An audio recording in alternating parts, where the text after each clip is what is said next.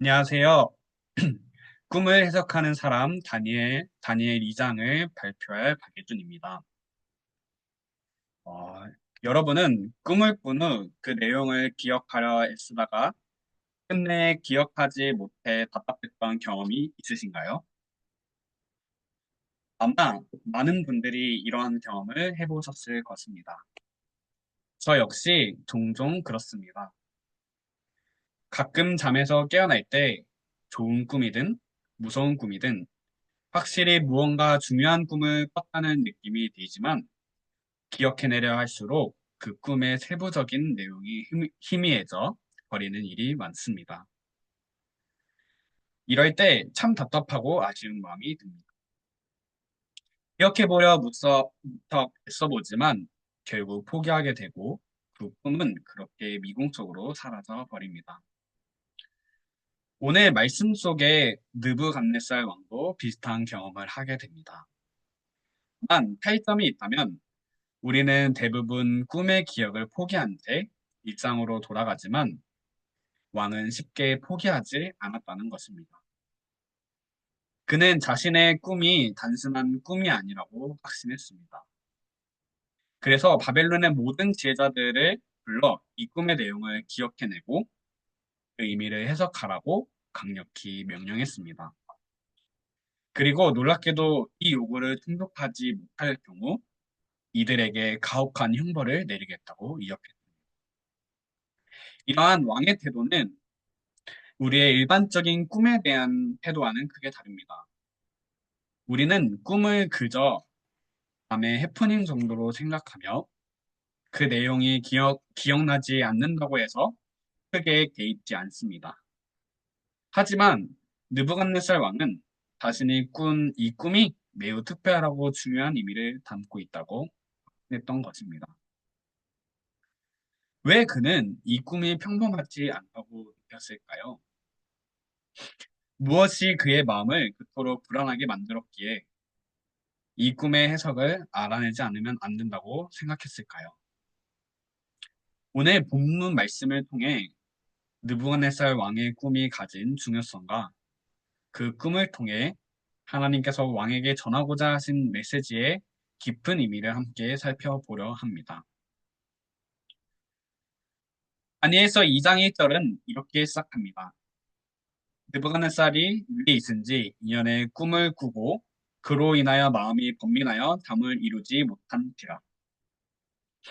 당시 느부갓네살 왕은 고대 바벨론 제국의 막강한 통치자로 그의 통치는 바벨론을 세계에서 가장 강력하고 찬란한 제국으로 이끄는 중대한 시기였습니다.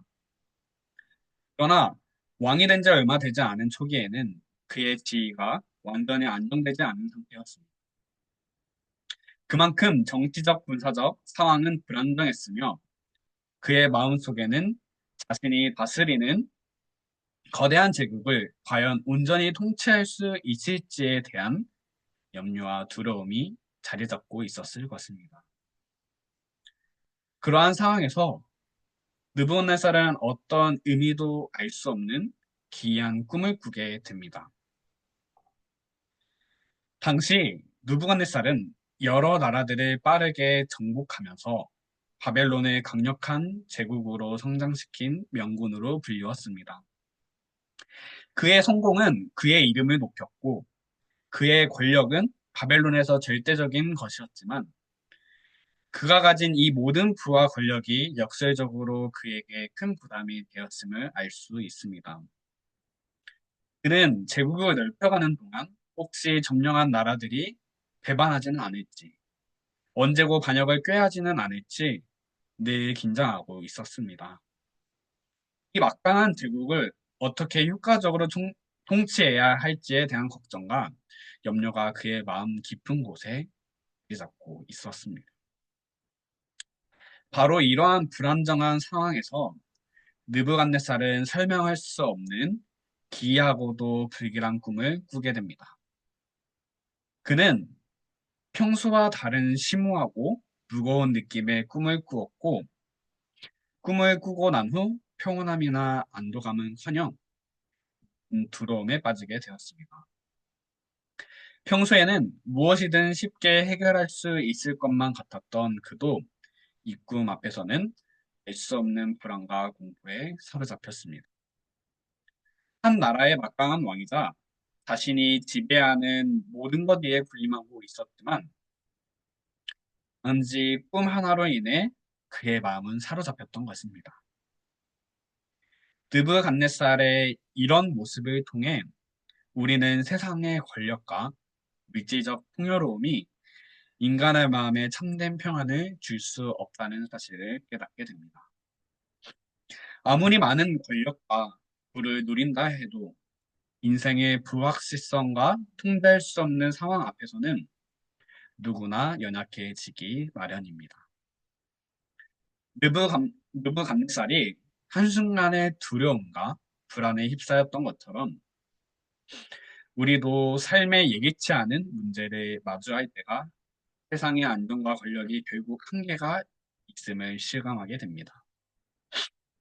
이 이야기는 현대를 살아가는 우리에게도 큰 교훈을 줍니다.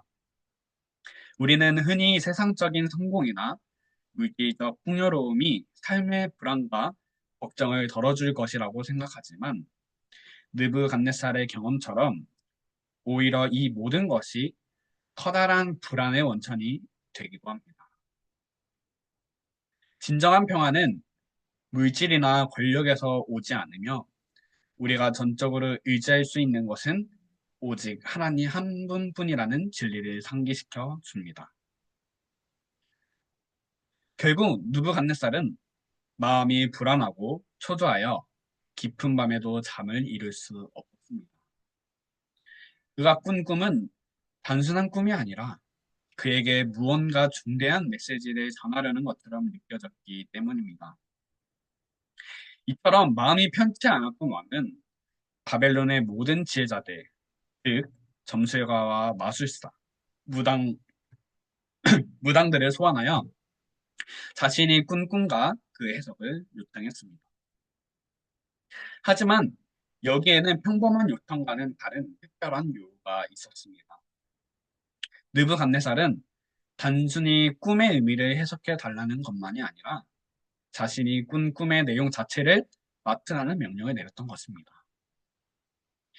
이는 전혀 상식적이지 않은 요구였습니다. 왕조차도 기억하지 못하는 꿈의 내용을 다른 사람들이 알아내라는 것은 불가능에 가까운 요구였습니다. 왕의 이 명령을 들은 지혜자들은 그 자리에서 절망하며 왕에게 이렇게 말합니다. 이것은 오직 신들만이 알 수 있는 일이며 인간에게는 불가능한 일입니다. 벨론의 지혜자들은 결국 인간으로서의 한계를 인정할 수밖에 없었습니다.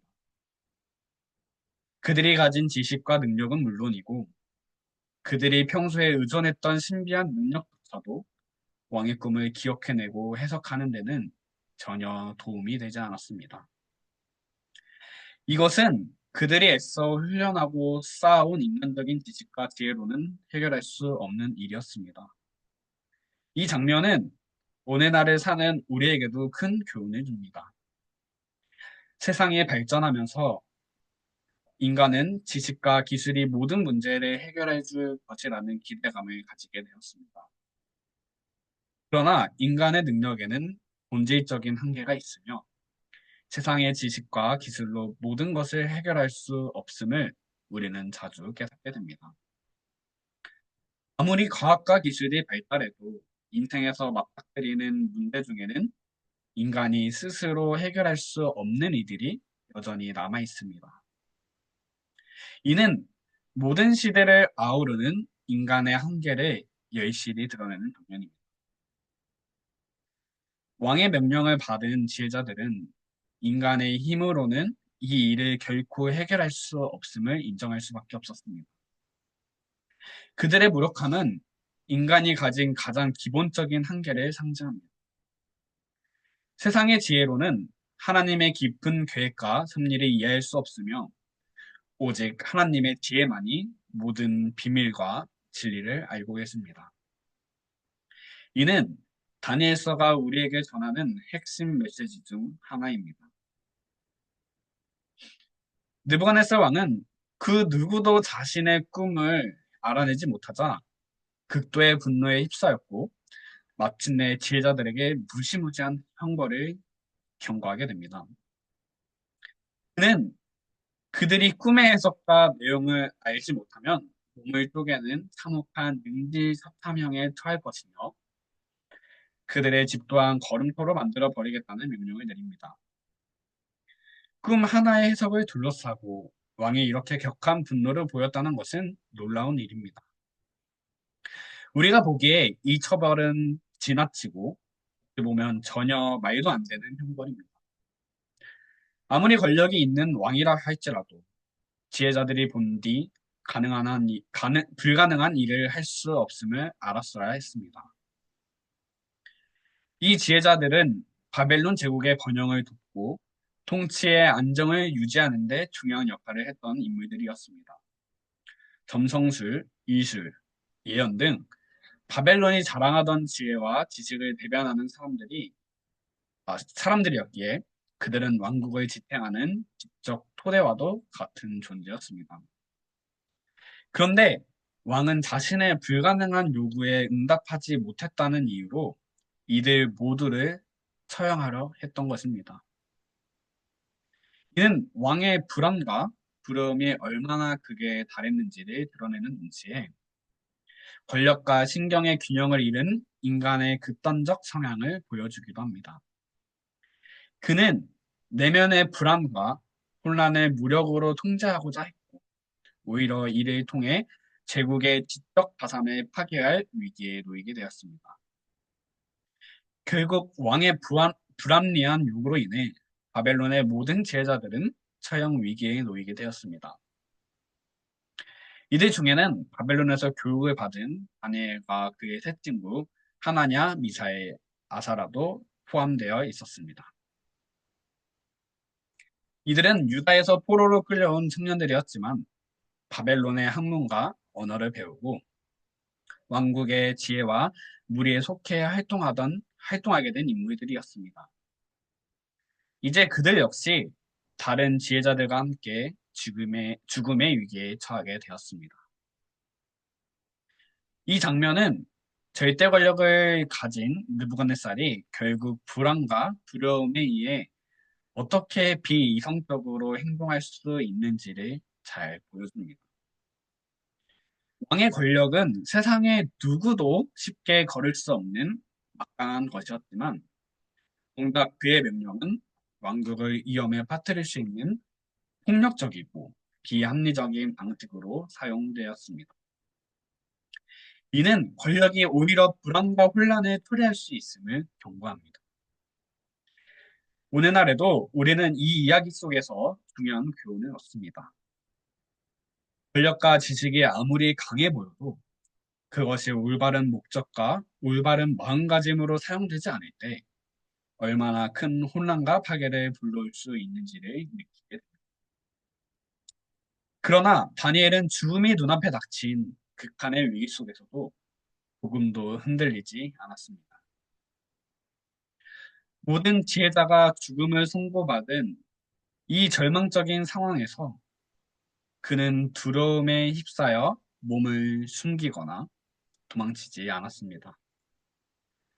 오히려 담대하게 이 문제를 해결하기 위한 길을 모색하며 하나님께 의지했습니다. 다니엘이 보여준 이 놀라운 용기와 신뢰의 본보기입니다. 이 상황은 우리 삶 속에서 만나게 되는 절망적인 위기를 떠올리게 합니다. 예기치 않은 병, 경제적 어려움, 관계 갈등과 같은 문제들이 우리 눈앞에 놓일 때 우리는 종종 인간의 한계를 느끼고 무기력함에 빠지곤 합니다. 이러한 상황에서 우리 힘만으로는 문제를 해결할 수 없는 답답함과 무력함을 느끼게 되며 두려움에 휩싸이기 쉽습니다. 그러나 다니엘은 이러한 위기 앞에서 인간의 한계를 넘어서 하나님께로 나아갔습니다.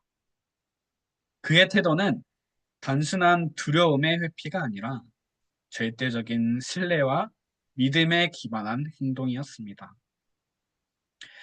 다니엘은 자신의 목숨이 위태로운 상황에서도 자신감을 잃지 않았습니다. 그는 죽음을 두려워하기보다는 하나님을 더욱 신뢰했습니다. 다니엘의 이 담대함은 인간의 힘으로 해결할 수 없는 상황에서도 평안을 유지할 수 있는 비결이 무엇인지를 보여줍니다. 그가 당황하지 않았던 이유는 자신이 가진 지식이나 능력 때문이 아니라 자신의 인생을 주관하시는 하나님의 능력과 도우심을 받기 때문입니다. 왕의 명령으로 아리옥은 다니엘을 찾아왔습니다.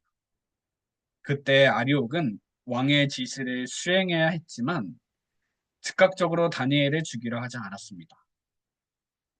아리옥은 다니엘을 죽이는 일이 옳지 않다는 생각을 가지고 있었기 때문입니다. 그는 왕의 명령이 너무나도 엄격하고 이에 맞지 않는다고 판단했기에 주저하며 다니엘에게 말을 건넬 기회를 주었습니다. 다니엘은 아리옥을 통해 왕에게 자신의 요청을 전달할 수 있는 기회를 얻게 되었습니다. 그는 왕에게 시간을 조금만 더 주면 꿈을 해석해 드리겠다고 간청했습니다. 다니엘은 하나님의 사람으로서 성실하고 신뢰를 쌓아온 사람이었습니다.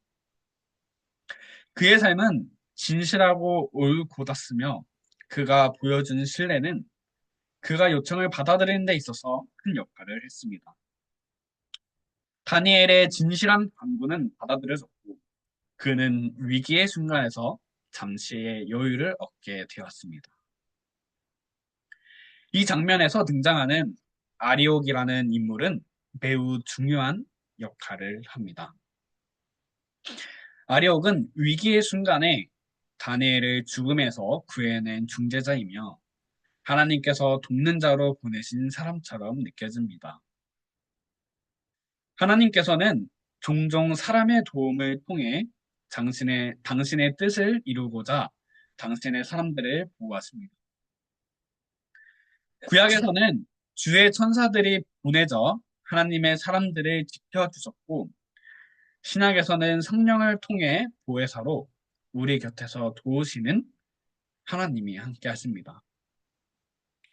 하나님은 위기의 순간마다 하나님의 자녀들을 보호하시고 돕기 위해 사람들을 보내주시며 우리가 그분을 의지할 때 우리의 모든 상황 속에서도 함께 하시고 인도하십니다. 이 사건은 오늘날 우리의 삶에도 적용될 수 있습니다. 우리는 어려운 순간마다 우리를 돕는 손길을 보내시는 하나님을 기억하고 의지해야 합니다. 성령은 우리 곁에 계신 하나님, 우리를 도우시는 하나님이십니다. 위기의 순간에 낙심하지 않고 두려움에 사로잡히지 않도록 도우시는 하나님께 우리의 삶을 맡겨야 합니다. 언제나 구원자 되시는 하나님을 신뢰하며 하나님께서 보내주시는 도움의 손길을 받아들이는 것이야말로 진정한 믿음의 행위입니다. 또한 다니엘은 혼자서 이 모든 문제를 해결하려 하지 않았습니다. 다니엘은 혼자 기도한 것이 아니라 친구들과 함께 기도하였습니다.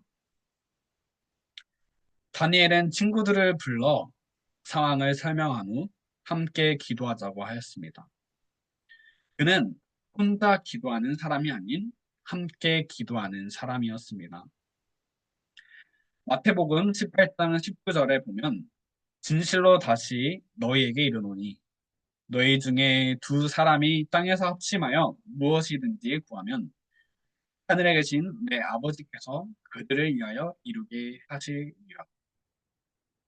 마태복음은 함께 기도할 때 큰 능력과 응답이 있음을 말해주고 있습니다.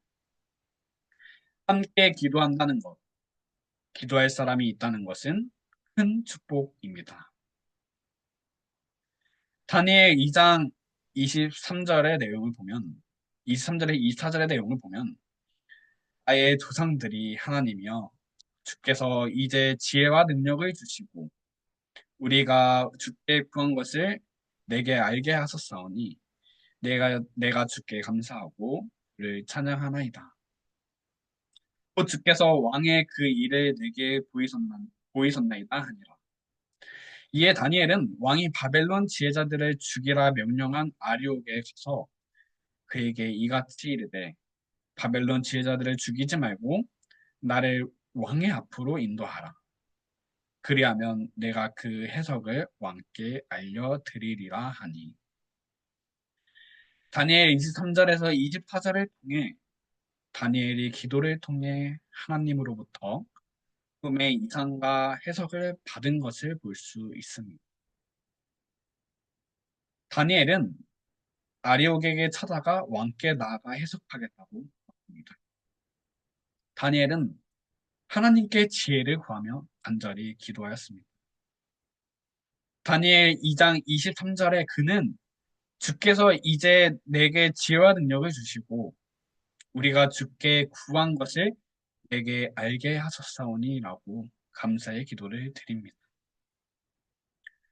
하나님께서는 다니엘의 기도를 들으시고 꿈의 이상과 해석을 알려주셨습니다.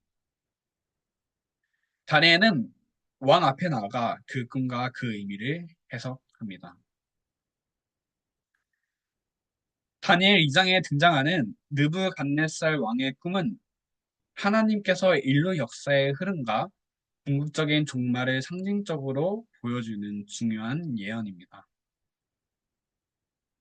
이 꿈에서 나오는 신상의 머리는 금, 가슴과 팔은 은, 배와 널쩍 다리는 놋, 종아리는 철, 발은 철과 진흙으로 이루어져 있습니다.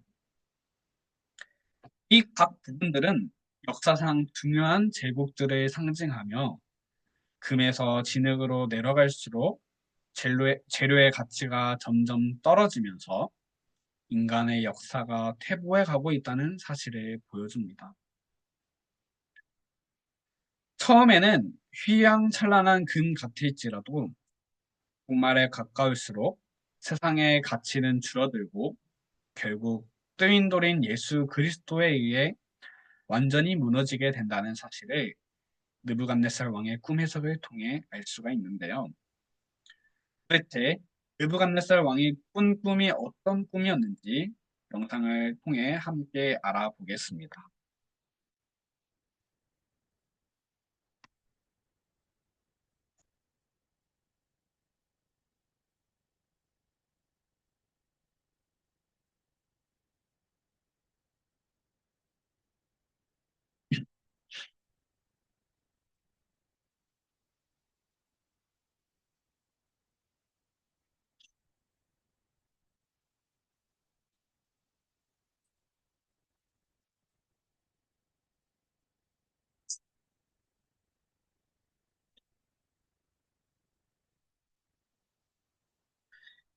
네, 먼저 신상의 머리를 차지하고 있는 금은 제국가, 바벨론 제국가 느부갓네살 왕을 상징합니다. 바벨론은 당시 세계에서 가장 찬란하고 강력한 제국이었으며 절대적인 권력을 가지고 있습니다. 심지어 황금의 도시라고 불리울 정도로 바벨론의 부와 건세는 그야말로 황금으로 표현될 만큼 탁월했다고도 역사가들은 말하고 있습니다. 그러나 인간의 권세가 아무리 뛰어나다 할지라도 영원할 수는 없습니다. 바벨론 역시 하나님의 계획 아래 한순간에 무너졌습니다. 이는 그 아무리 눈부신 영광을 누린다 할지라도 하나님의 크신 뜻 앞에서는 언제라도 무너질 수밖에 없는 연약하고 보잘것없는 존재라는 중요한 교훈을 우리에게 주고 있습니다. 두 번째로 이제 은으로 된 가슴과 팔은 페르시아 제국을 상징합니다. 은은 금에 비해 상대적으로 덜 귀한 금속으로 금속이었던 만큼 이것으로 비유된 페르시아 또한 바벨론에 비해 덜 강력하고 덜 찬란한 제국이었음을 말하고 있다. 페르시아는 세금을 체계적으로 걷기 위해 은을 주로 사용했으며 이를 통해 그들의 경제적 기반을 다졌습니다. 또 이 은으로 된 두 팔은 페르시아 제국의 양대 기둥인 메대와 바사를 상징하며 그들이 연합하여 강력한 대국을 이뤘음을 나타냅니다. 다음으로 헬라 제국은 신상의 노수로 된 배와 넓적 다리로 상징됩니다. 헬라 제국은 알렉산더 대왕에 의해 세워졌으며 알렉산더의 정복 활동은 그리스 문화와 문명을 세계 각지에 퍼뜨렸습니다. 놋은 청동기 시대를 상징하는 금속으로 헬라 제국이 당시 세계에서 차지한 영향력을 보여줍니다. 알렉산더가 짧은 생애 동안 이룩한 제국은 그의 사후에 여러 장군들에게 나뉘어졌고 그중 셀레우코스와